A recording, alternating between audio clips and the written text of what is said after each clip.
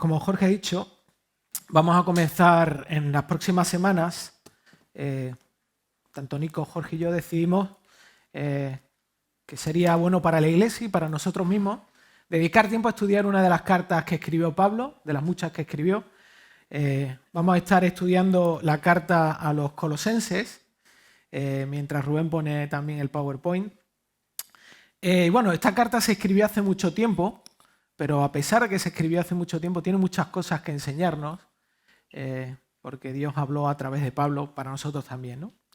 Y quiero hacer una introducción rápida acerca de esta carta. Quiero decir algunas cosas. Estamos aquí trabajando al límite, parece que estamos casi en directo. Mientras yo empiezo a predicar, Rubén está terminando de poner el PowerPoint. Algunos de vosotros estáis mirando la pantalla, ni siquiera me estáis escuchando.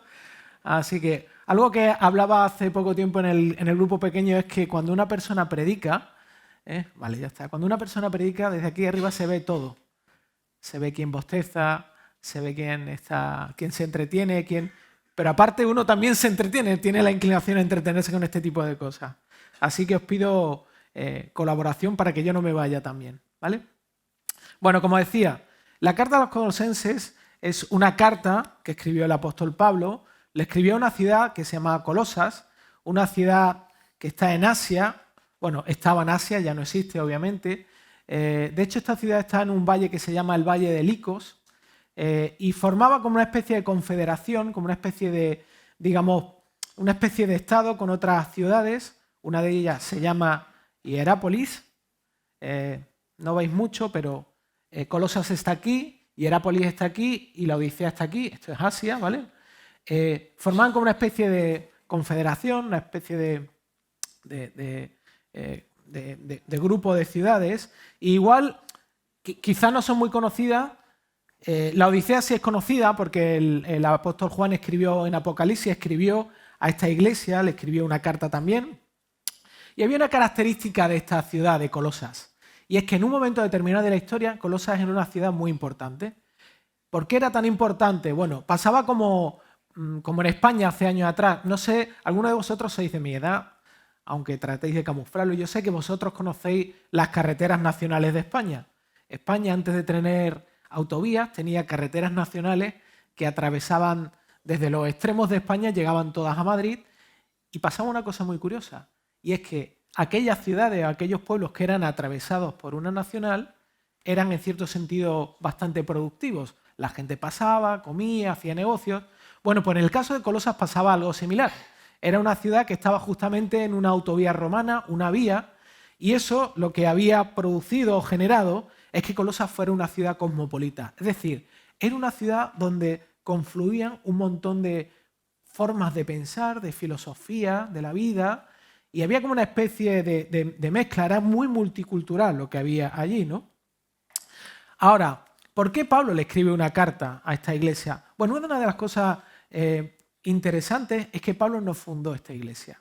Pablo fundó un montón de iglesias. Cuando nosotros leemos el libro de Hechos, nos damos cuenta de que Pablo a lo largo de su ministerio estuvo en un montón de ciudades de Asia y fundó iglesias, pero esta iglesia no la fundó él. Pablo estuvo en una ciudad cercana, en Éfeso, y allí, cuando él estuvo en Éfeso, había una persona que era de Colosas, que se llama Epafras, que es alguien que se menciona en esta carta, que escuchó el Evangelio, escuchó lo que Pablo predicaba, fue impactado por este mensaje, volvió a Colosas y allí él empezó a predicar y fue el que fundó la iglesia, ¿no? Así que es interesante que Pablo no era el padre de esta iglesia, era el abuelo de la iglesia de Colosas, ¿no? Y quiero que nos paremos un segundito aquí en esto que estoy diciendo, porque a lo largo de que vayamos avanzando en esta carta, en los próximos domingos, nos vamos a ir dando cuenta de una cosa muy interesante. Y es que es tremendamente sorprendente el nivel de carga que Pablo tenía por estas personas de esta iglesia. Pablo estaba muy preocupado por estas personas, ¿no? De hecho, él se sentía responsable de la situación espiritual, del cuidado espiritual, del estado espiritual de esta iglesia, y no era una iglesia que él había fundado. Es más, él no conocía a las personas que formaban parte de esta iglesia, sino que era una persona que había sido plantada y liderada por otra persona, por este hombre, por Epafras, ¿no? Es más, Pablo no obtenía ningún beneficio de esto. Y me gustaría que nos quedásemos con esto en un momento en la cabeza, lo guardásemos, porque hoy vamos a ver realmente cuál es el sentido de lo que significa ser un apóstol, ¿no? En el contexto de lo que Pablo dice en los 2 primeros versículos de esta carta, que es lo que vamos a estar estudiando juntos, ¿no? Vale. ¿Cuál era el motivo de escribir esta carta? A ver, Pablo escribía cartas y la escribía por un motivo. No es que estaba aburrido y escribía una carta, sino Pablo en todas sus cartas tiene un motivo de por qué hace lo que hace. En este caso el problema es que en esa iglesia, que estaba tan lejos de donde él estaba, probablemente cuando Pablo escribió esta carta estaba en Roma, estaba encarcelado y había recibido noticias de Epafras y de lo que estaba pasando allí. Pues cuando Pablo escuchó lo que estaba pasando en esta iglesia, automáticamente no pudo evitar escribir una carta para que volviera con este hombre, con Epafras, ¿no? Y lo que estaba pasando es que en esta iglesia, que habían recibido el Evangelio, que habían creído el Evangelio, había ciertas personas dentro de ese grupo de cristianos que estaban diciendo que el Evangelio no era suficiente, que había que añadir más cosas. Había que añadirle más cosas. Había que añadir reglas o ciertos comportamientos o cierta historia para realmente alcanzar una plenitud, una vida espiritual mucho más plena, o en palabras un poco más nuestras, que para disfrutar a Jesús no era suficiente el Evangelio, había que hacer más cosas, ¿no? Por lo tanto, Pablo en su carta, y este es el resumen de la carta a los colosenses, es el siguiente. Lo que Pablo estaba comunicando y lo que va a desarrollar a lo largo de toda su carta es la siguiente idea. Cristo es suficiente y no necesitas más. Cristo es suficiente, es todo lo que tú necesitas, es todo lo que yo necesito, es todo lo que esos creyentes de aquella iglesia necesitaban. Dice un predicador acerca de la idea central de la carta, dice lo siguiente, él lo expresa de una forma matemática, ¿no? que me resulta muy interesante y quiero compartir con vosotros. Este hombre dice acerca de Colosenses, lo que Pablo está desarrollando es que si tú tienes a Cristo y añades un montón de cosas, todo lo demás, no tienes nada. En cambio, si tienes todo y eliminas a Cristo de la ecuación, no tienes nada. Es decir, el Evangelio, tanto si le añadimos cosas como si le quitamos cosas, pierde su poder. Eso es lo que trata de expresar este autor y es lo que trata de expresar Pablo a lo largo de toda la carta, ¿no? Y en realidad, todas las cartas de Pablo buscan lo mismo. Lo que buscan es recuperar la verdad del Evangelio, porque realmente es lo que tiene poder. Eso es lo que tiene poder, no el resto de cosas, ¿no? Ahora, parece que este tema no es muy relevante, ¿no? Para nosotros. Igual nosotros pensamos que no tenemos el problema que tiene Colosa, pero yo quiero que pienses por un instante, si lo que Pablo está diciendo aquí es importante, y es importante, ¿cómo puede afectar esto a la hora de, por ejemplo, aconsejar bíblicamente? Si alguien acaba creyendo que el Evangelio no es suficiente y que hay que agregarle más cosas, cuando tú vayas a aconsejar a una persona, su matrimonio, los conflictos con sus hijos, con el problema de autoestima, con el resto de cosas, si para ti el Evangelio no es suficiente, obviamente vas a tratar de ayudar a esa persona con cosas que no tienen poder para ayudarla, ¿sí? Es más, si tú no crees que el Evangelio es suficiente, tu vida va a ser vivida de una forma totalmente distinta. ¿Cómo enfrentarás la injusticia? ¿Cómo enfrentarás la situación de angustia o de depresión o de miedo? ¿O cómo vas a enfrentar el dolor? O mejor aún, ¿cómo vas a enfrentar las cosas que van a llegar a tu vida y que no sabes de dónde viene, que ni siquiera puedes entender? Si el Evangelio no es suficiente para ti, obviamente las vas a enfrentar con otras cosas que no tienen poder. Así que todo lo que añadimos al Evangelio, lo que va a hacer es que va a impedir que podamos vivir por el poder que Dios nos ofrece de forma plena y única en Jesús. Por eso es tan importante el Evangelio. Por eso Pablo se dejó la vida, por comunicar el mensaje que Jesús traía, que tenía que ver con lo que Dios había hecho por el hombre, ¿no?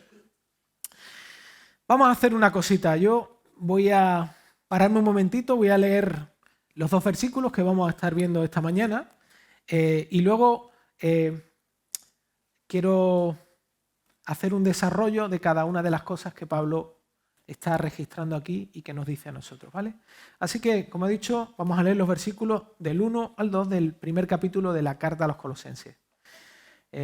Y Pablo comienza esta carta diciendo lo siguiente: Pablo, apóstol de Cristo Jesús por la voluntad de Dios, y el hermano Timoteo, a los santos y fieles hermanos en Cristo que están en Colosas. Que Dios, nuestro Padre, os conceda gracia y paz. Yo sé que quizá algunos de vosotros en algún momento habéis tenido que hacer algo que no es muy usual últimamente, ¿no? En esta última etapa de nuestra era, pero escribir una carta formal. ¿Quién de vosotros ha tenido que escribir una carta formal?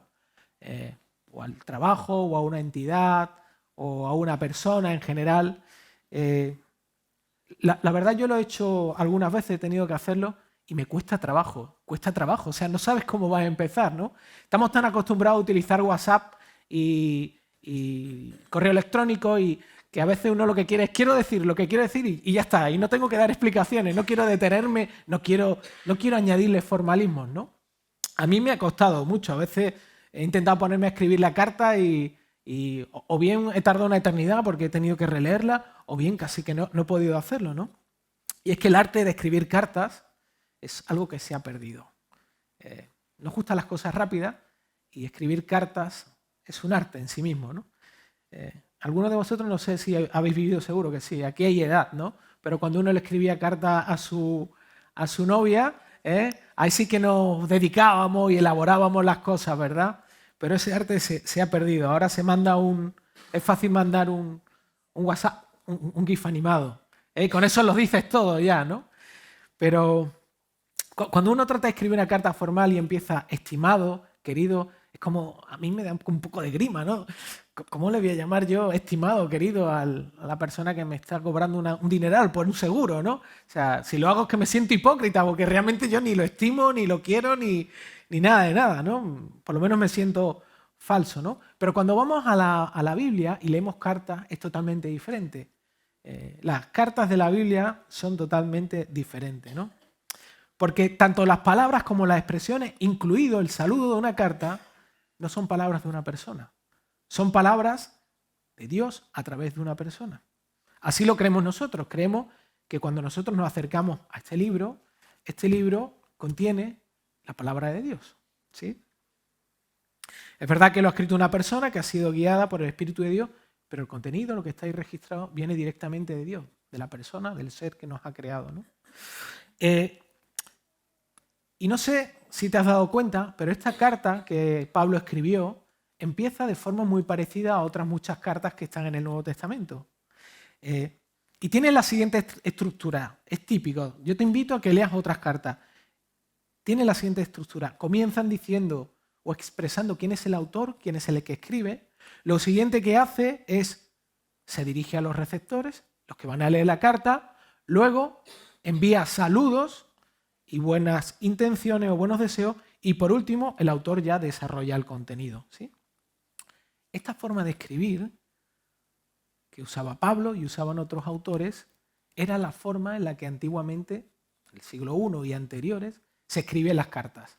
Era la manera formal de cómo la gente enviaba mensajes a otros, ¿sí? Daba igual si la persona era cristiana o no era cristiana, si creía en Dios o no creía en Dios, eso daba igual. Este era el formato estándar que se utilizaba para mandar una carta. Y si vamos por un segundo al Antiguo Testamento, es curioso porque en el libro de Daniel, en el capítulo 4, hay el registro de una carta que escribió un rey que no era cristiano, que era un rey pagano, era el rey de Babilonia, Nabucodonosor, y en Daniel 4.1 se registra lo siguiente: Nabucodonosor, rey, ¿ves? Ahí está el autor, a todos los pueblos, naciones y lenguas que habitan en toda la tierra, los destinatarios, los receptores, que abunde vuestra paz, saludos y buenos deseos, y luego pues la continuación de todo el contenido. ¿Por qué me paro en esto? Muchos de vosotros estáis diciendo, ¿y esto qué tiene que ver? Esto de la carta, de cómo empieza, del formato. es tremendamente interesante y esto es algo que, la verdad, a mí me sorprendió porque nunca me había fijado en ello, ¿no? Porque aunque las cartas que escribía Pablo y escribían otros cristianos tenían la forma similar a las que se usaban en la cultura, lo que cambiaba era el contenido. Cambiaba el contenido de la carta, ¿sí? Voy a tratar de explicarlo un poquito mejor, ¿vale? La Biblia constantemente nos enseña que cuando nosotros recibimos a Cristo en nuestra vida, formamos parte de una familia que vive de una forma distinta y diferente. Nosotros, por causa de estar en Cristo, de haberlo recibido, nuestros valores, nuestra forma de pensar, nuestra forma de vivir es distintiva, es diferente, es separada, ¿vale? De hecho, esos valores son normalmente contracultura. Por ejemplo, hay un valor contracultura que choca con el que hay a nivel de la sociedad y es servir sin esperar nada a cambio. Servir de forma incondicional. Es un valor cristiano producido por el Evangelio, pero que va contra la cultura. Otro, por ejemplo, sacrificarte por los demás. Pensar en los demás antes que en ti mismo. ¿Vale? Yo sé que esto se dice en el colegio, pero la realidad es que la gente no vive así. Es un valor cristiano que es contracultura. Más el perdón, perdonar, ¿sí? O amar de forma incondicional. O, por ejemplo, la autonegación, negarte a ti mismo, negarte lo que tú quieres, ¿sí? Por el bien de los demás o por tu propio bien. O la piedad, o la no venganza, o devolver bien por mal. Todo esto son valores contraculturales que hacen que no podamos formar parte del resto de la cultura, ¿no? Porque chocan, ¿no? Y el problema que nos ocurre a nosotros, a los que somos cristianos, nos consideramos creyentes, nos consideramos discípulos de Jesús, es que tenemos la inclinación a generar pequeños reinos cristianos. Generamos una cultura donde nos protegemos, porque pensamos que lo que hay fuera está mal, es malo, es horrible. Y sí, o sea, es verdad, hay cosas que están mal, ¿no? Pero tendemos a dividir lo que es del contexto cristiano a lo que no es. Y además asumimos muchas cosas heredadas y que pertenecen más al ámbito de nuestras costumbres o nuestros gustos que de la Biblia. Y eso genera una barrera, ¿sí? La cultura tiene cosas buenas y cosas malas, pero en realidad todos los que hemos recibido a Cristo hemos sido llamados a ser sal y luz en medio de donde estamos, y además Jesús mismo dijo que nosotros no somos del mundo, pero estamos en el mundo, ¿vale? A ver, ahora vais a entender todo lo que estoy tratando de comunicar, ¿vale? Ahora vais a saber dónde quiero llegar. Lo que quiero decir es que en estos dos primeros versículos de esta carta de los Colosenses, lo que vemos es la siguiente idea, el siguiente concepto. Lo que vemos es que el Evangelio no busca destruir la cultura que nos rodea, sino transformarla y definirla de forma que sea un canal para mostrar a Cristo. ¿Qué es la cultura? La cultura es todo lo que la gente cree, lo que hay un grupo de personas que cree y asume, de forma que eso influye en la manera en la que vive y en la manera que se relacionan los unos con los otros, ¿no? Así que cuando Dios inspiró en la forma en la que escribían o debían escribirse las cartas del Nuevo Testamento, Él podía haber utilizado cualquier otro método. Él podría haber generado un formato, un método totalmente diferente a lo que las personas normales utilizaban, pero no lo hizo. Él no usó un formato especial, sino lo que hizo es, utilizando las mismas formas de la cultura, el formato de esta carta, lo que hizo es, utilizó ese formato para comunicar el mensaje del Evangelio. ¿Por qué? Porque era el canal a través del cual las personas podían entender el mensaje del Evangelio. Y esto es lo que vemos en la carta. Estas cartas del Nuevo Testamento, son muy parecidas a la carta antigua, pero están empapadas de algo increíble que es el Evangelio. Dice un autor, un comentarista bíblico, que en este saludo que Pablo registra aquí están involucradas las tres personas de la Trinidad.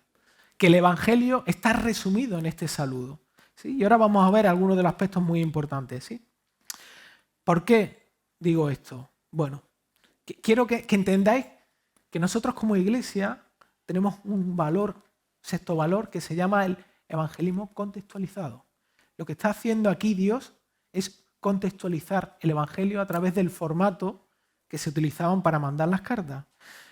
Esto es importante que lo entendamos. ¿Por qué?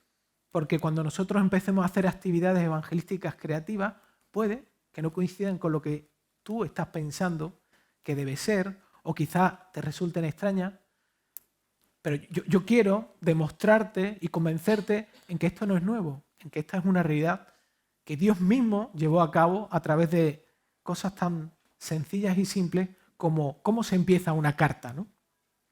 Vale.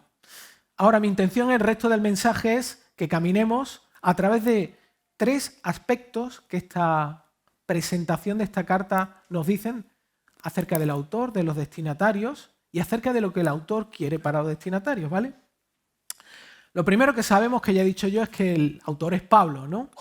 Pablo dice aquí, el mismo, apóstol de Jesucristo por la voluntad de Dios. Esta presentación, como mínimo, para mí es curiosa. Quizá no nos choca tanto porque la hemos leído tantas veces que, bueno, nos resulta extremadamente familiar, ¿no? Pero Pablo está diciendo aquí que su posición como apóstol, como alguien con autoridad, no es algo que él haya obtenido por sí mismo. No lo dice, o sea, no dice yo soy apóstol por mis capacidades, no es porque fui al seminario, no es porque me leo la Biblia en 1 o 2 años, no es porque la estudio, no es por el conocimiento bíblico que tengo. Por cierto, Pablo tenía un doctorado, ¿eh? Pablo era una persona doctorada en la Biblia judía, ¿no? Tampoco Pablo dice que fuera apóstol porque la iglesia lo había escogido. Qué interesante, ¿no? Aunque había sido así, ¿eh? Pero Pablo no dice que fuera porque la iglesia lo había escogido, ni porque había sentido un llamado él, personal, ¿no? Pablo tenía muy claro que era Dios que lo había llamado a hacer lo que tenía que hacer. Dios lo había llamado para ser un representante y un portavoz del mensaje de Jesús, de las palabras de Jesús, ¿sí?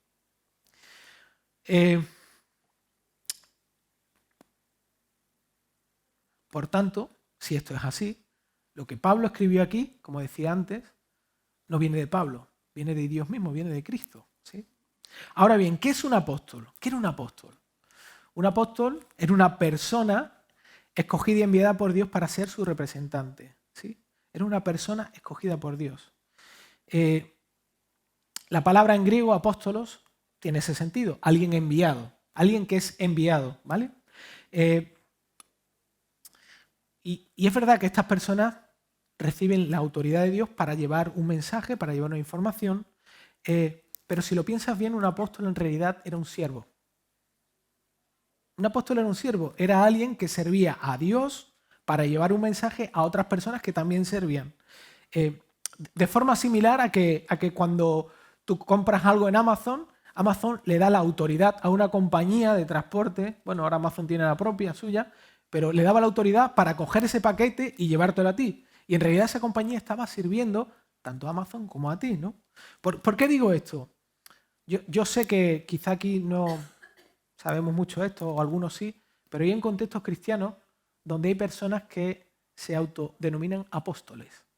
Ellos dicen que son apóstoles y además hacen uso de ese título para abusar de las personas a las que supuestamente sirven. Es verdad que en cierto sentido todos somos apóstoles, todos somos enviados a compartir el Evangelio de parte de Dios, ¿sí? Pero si miramos la Biblia podemos ver claramente que esa figura de apóstol no existe. No existen, hoy en día no existen ese tipo de apóstoles. No existen por varias cuestiones. Primero, un apóstol era una persona que tenía que haber visto a Jesús resucitado. Que yo sepa, no hay nadie que haya experimentado eso, a no ser que estuviera en el siglo I con el resto de los apóstoles, ¿no? ¿Por qué? Bueno, en Hechos capítulo 1, versículos 21-22, cuando se está eligiendo a Matías, uno de los requisitos, lo leo rápido, está ahí marcado en el versículo 22, dice, comenzando desde el bautismo de Juan hasta el día en que de entre nosotros fue recibido arriba, hablando de Jesús, uno se ha constituido testigo con nosotros de la resurrección. Un apóstol era una persona que había visto a Cristo resucitado, encarnado, lo había visto, ¿sí?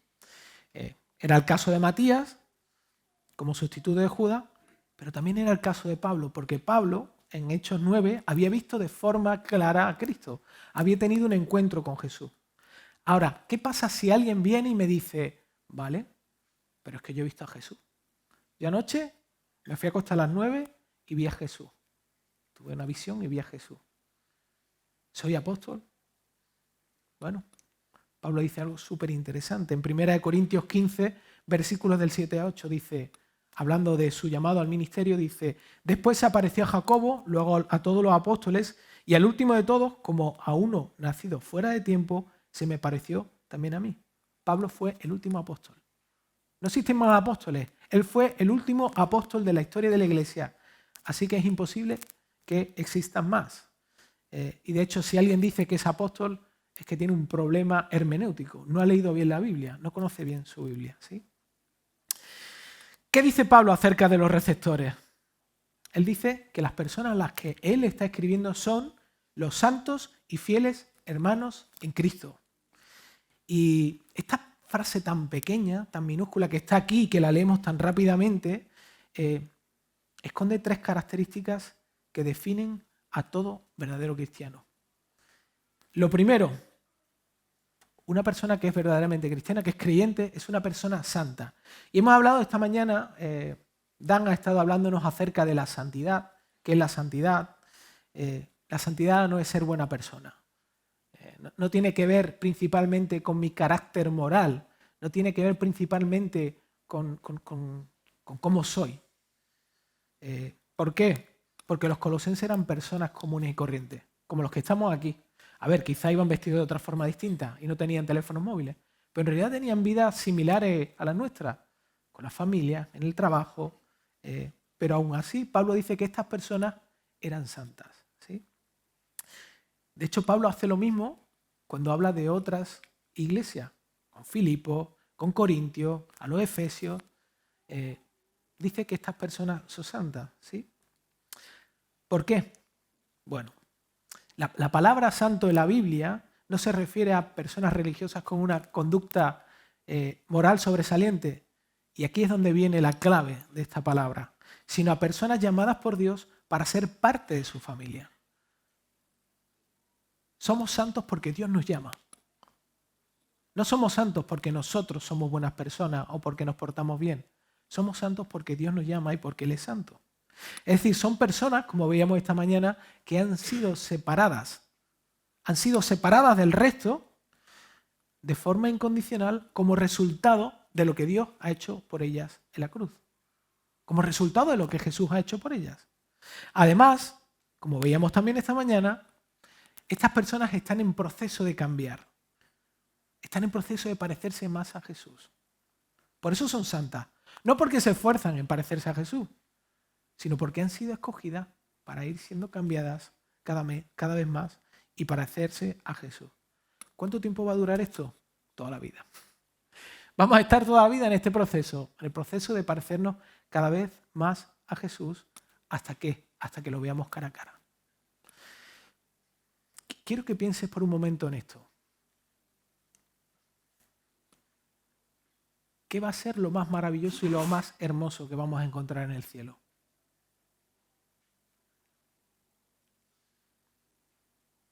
Quizá que no hay dolor, quizá que no hay, no sé, que no hay que trabajar. Vamos a trabajar todo, ¿eh? Os aviso. En el cielo vamos a estar trabajando, más que aquí, pero de una forma diferente. Lo más fantástico del cielo es Cristo. Eso es lo mejor que vamos a encontrar. De hecho, nosotros vivimos ahora en ese proceso de parecernos más a Jesús para poder disfrutarlo y amarlo más. Es como un preludio a lo que vamos a estar haciendo en la eternidad. Ahora, ¿qué es lo segundo más fantástico, más increíble, más hermoso que vamos a encontrar en el cielo?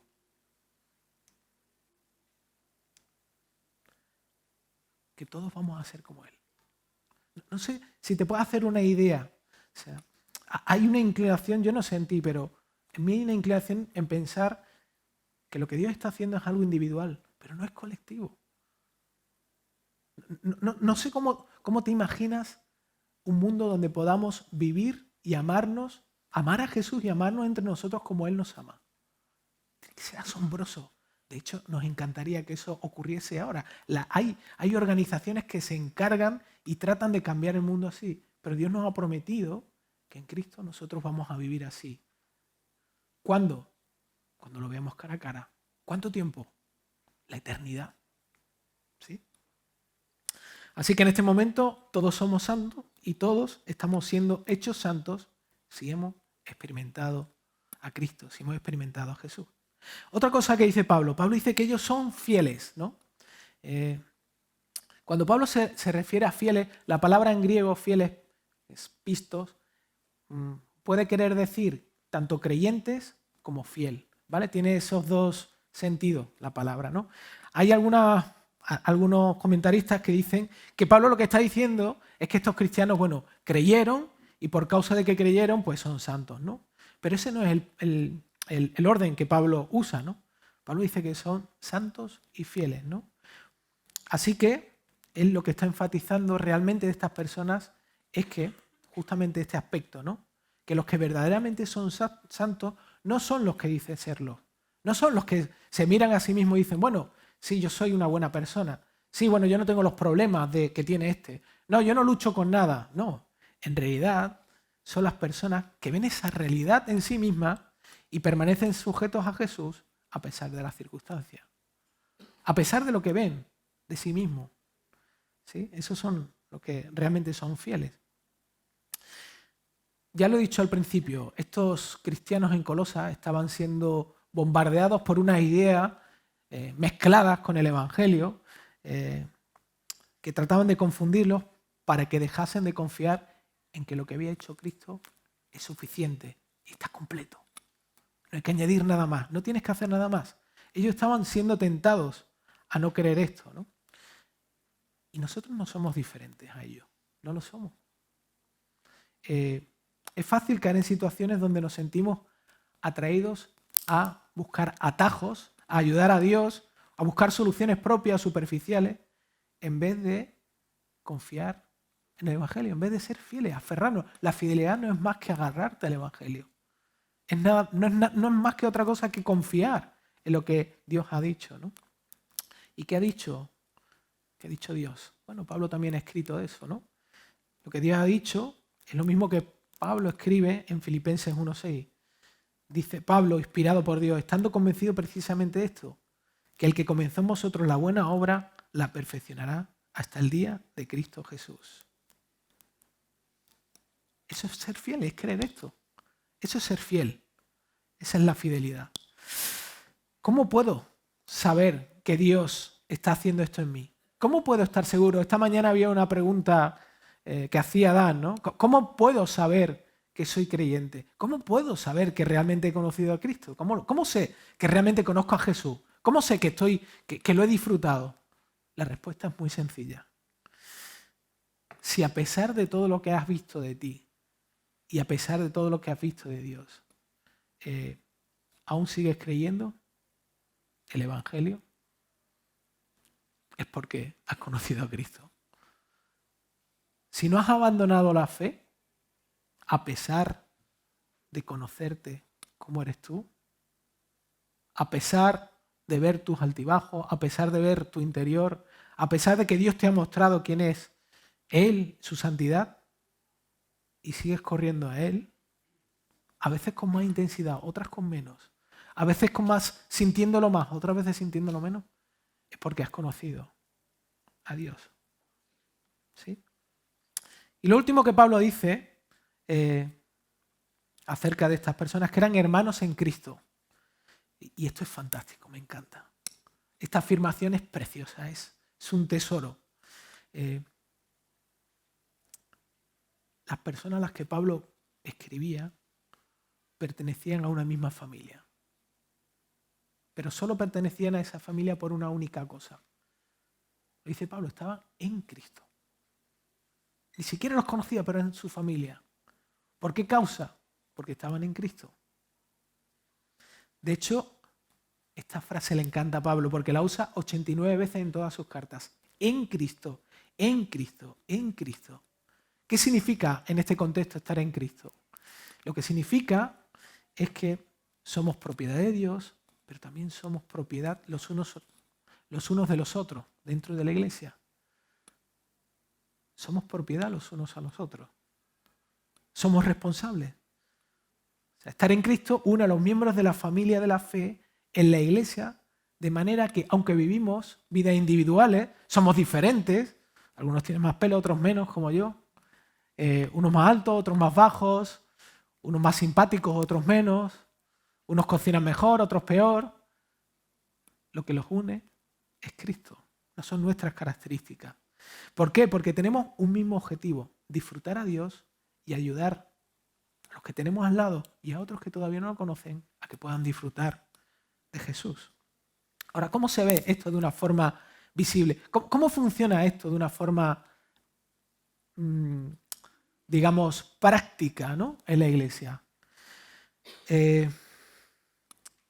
Yo trataba de encontrar un ejemplo. Yo no sé, seguro que todos aquí en Navidades os juntáis como familia o con amigos o lo que sea. Seguro que tenéis un grupo de personas, bien sea familia, que cuando quieren estar juntos y organizan algo, tú eres el primero que levanta la mano y está ahí. Mi familia en Navidad se reúne para comer o para cenar y puede que la comida no me guste mucho. Puede que a lo mejor no esté de acuerdo con mi hermano en algunas cosas. Puede que mi padre piense de una forma que no coincide con la mía.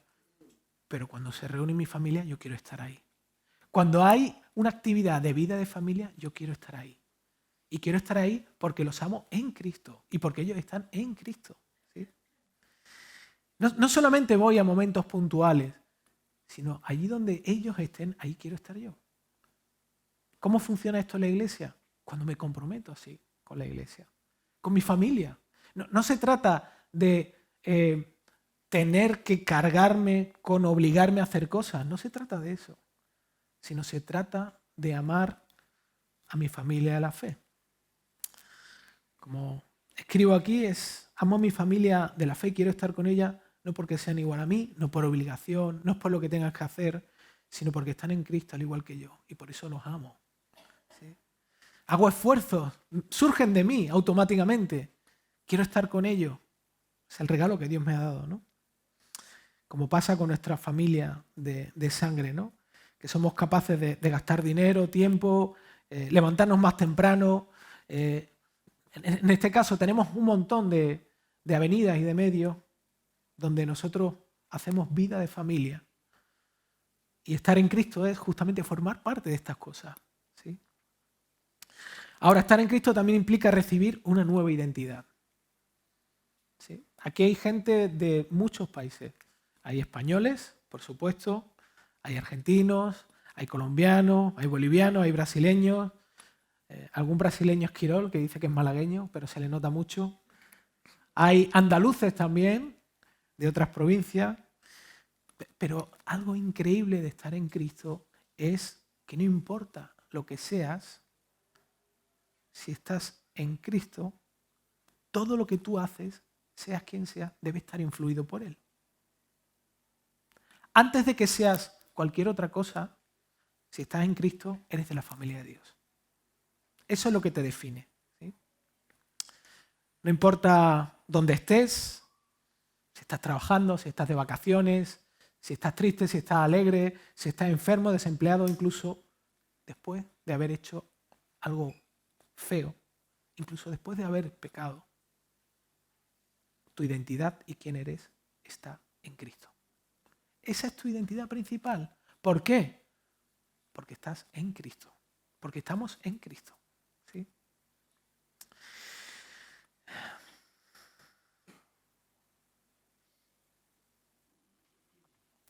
Además, esta es la esencia del amor de Dios. Y Pablo lo dirá más adelante en esta misma carta. Nosotros estamos en Cristo y por estar en Cristo estamos protegidos y guardados en Él. Eso es lo que dirá más adelante. De manera que esta identidad no la puede cambiar nadie. No la va a cambiar Dios, pero no la puedes cambiar ni tú mismo. Tú no puedes cambiarla. Ahora, esta realidad supone un problema para nosotros. Porque aún siendo verdad, nos pasa lo siguiente, que nuestra mayor lucha contra el pecado no es el pecado mismo, sino nuestra inclinación a olvidar quiénes somos en Cristo. Nuestro problema no es el pecado, el problema es que nos olvidamos de quiénes somos, de qué hemos recibido. ¿Sí? Y me gustaría tomar un segundito. Y cuando Pablo escribió esta carta, quería mostrar que el Evangelio era suficiente. Yo sé que muchas veces se utilizan conceptos, se utilizan ideas, se utilizan aspectos de la Biblia mezcladas con otros conceptos y se genera como un evangelio de la autoayuda. Se utilizan todas las definiciones que dice Dios, que ha hecho en nosotros, como una manera de manifestar nuestra importancia.